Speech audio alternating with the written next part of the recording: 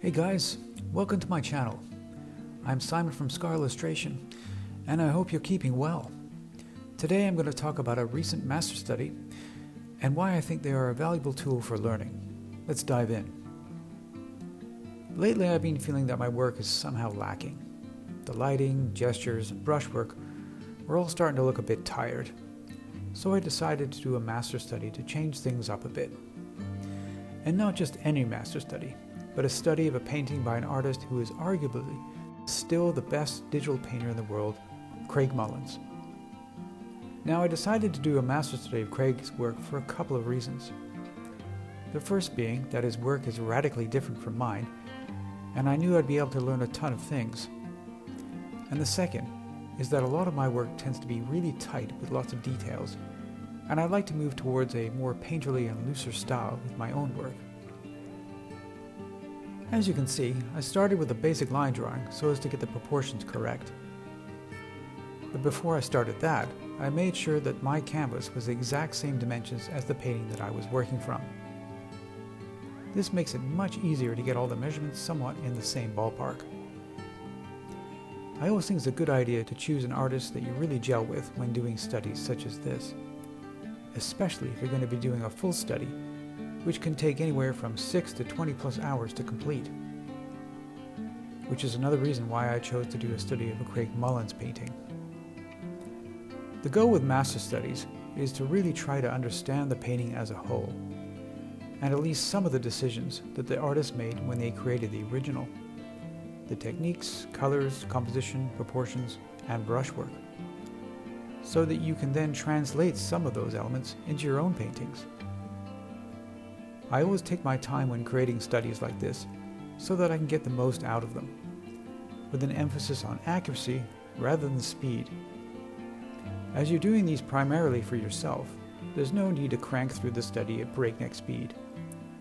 Plus, the fact, in most instances, the artist would have taken some time to complete the original, and so it's somewhat unrealistic to expect to complete a study of that same painting in a couple of hours. Next, it was on to tackling the main figure. I threw down a basic tone, added a layer on top of that, and made that layer into a quick mask. I find this method works well for me, so I don't have to worry about my edges when I'm starting to paint certain elements. Once I have everything basically blocked in, I'll usually flatten those layers and paint on top of them. Then I started moving away from the mid-tones of the figure by adding slightly darker and lighter tones. In the past, I would always put down the lightest lights and the darkest darks first, so as to give myself a tonal range. But I found over time that I tend to get better results by slowly building up the colors instead.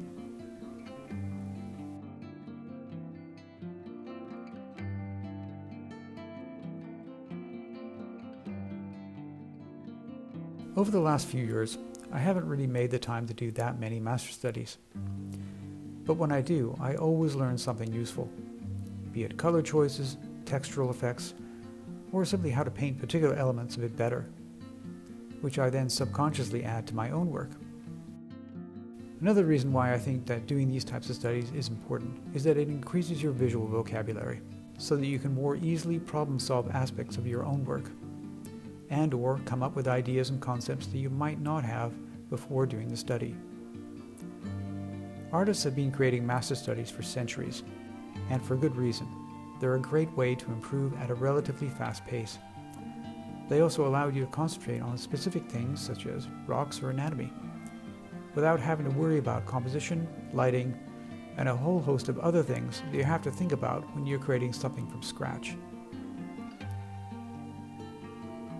When it comes to choosing a painting, make sure to get the highest quality image possible, as this will make it much easier to see what's going on and for getting the colors accurate.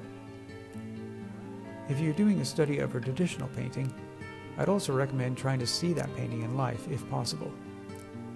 I've been to quite a few galleries over the years and stood in awe in front of an original masterpiece. The colors, textures, and in some cases the sheer size of the paintings can be pretty mind-blowing. And then afterwards, whilst leafing through an art book or online days later, I'll be looking at the same painting and be dismayed at the vast differences between the two.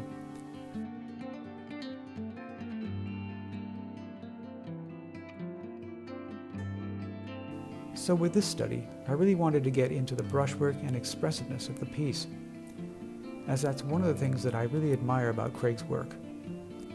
With regards to this painting, there's a lot of suggested details, which I think is far more interesting and intriguing than if those areas had been tightly rendered. Many times in the past, I would laboriously render something, only to find that it really didn't add that much, if anything, to the finished piece. The fact is that I just wasn't confident enough in the painting or my abilities, and so felt the need to over-render areas that were not the focal point to simply make myself feel better about it. Whereas Craig's brushwork is far more suggestive and efficient, which in my opinion is just simply more interesting. The other thing that I found challenging with this study was actually trying to emulate certain textural brush strokes. I've got a ton of brushes, most of which I rarely use, and I found that there were times where I was having trouble matching or even getting close to what was in the painting. And because there's a loose and almost impressionistic aspect to this painting, the shape language had to be spot on. I found that difficult to nail down in some areas of the study, and something I could certainly improve on in my own work.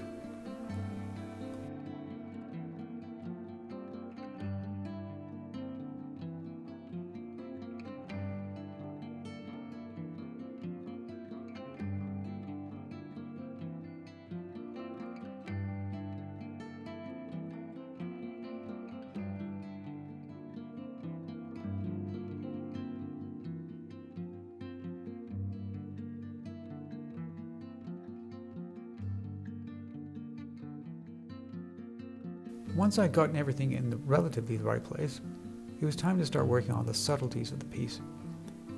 When I started working on the face of the character, it became apparent that some of the brushstrokes almost felt like a beautiful charcoal drawing, or even a cross between a J.C. Leyendecker and Drew Struzan painting. And this is especially apparent in the eye, nose, and cheek area of the painting.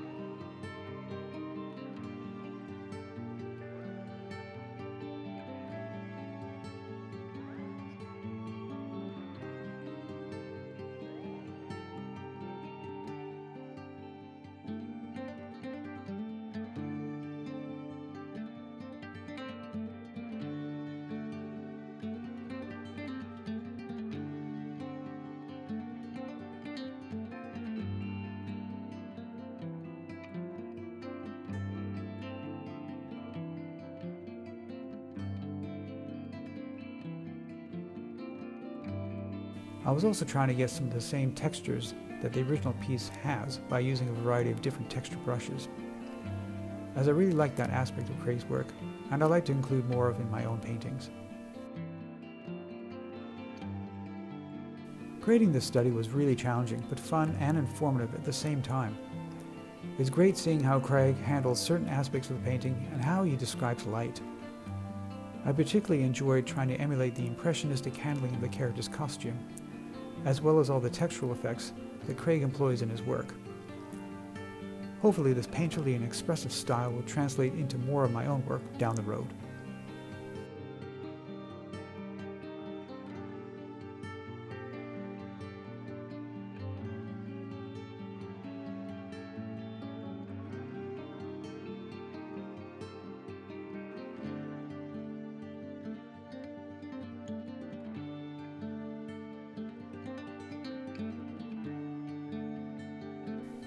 Hope this was helpful, and let me know if you have any questions in the comments below.